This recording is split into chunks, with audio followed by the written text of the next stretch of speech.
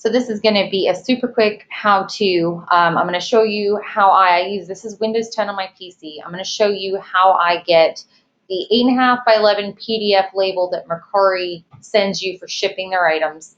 Okay, and this is how I make it so that I can print it on my Dymo. I use a Dymo Labelwriter 4XL. So all you do, it's super easy. I use the snipping tool that comes, it's free with Windows. I just pinned it down here to the bottom so I don't have to search for it every time.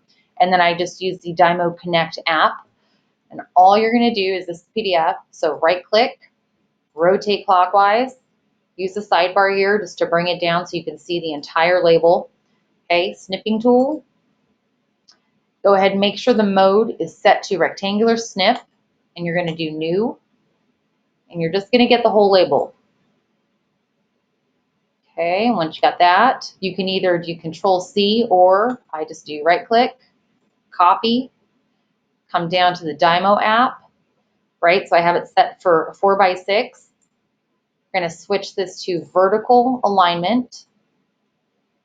Okay, continue.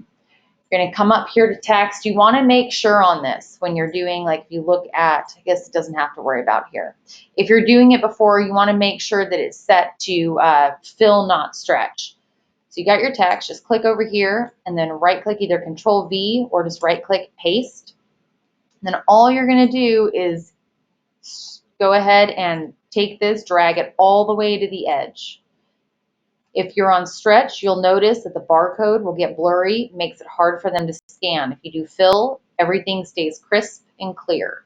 And there you go, there's your label. Just come down there to print, it'll print out perfectly. Hope that was helpful and happy selling.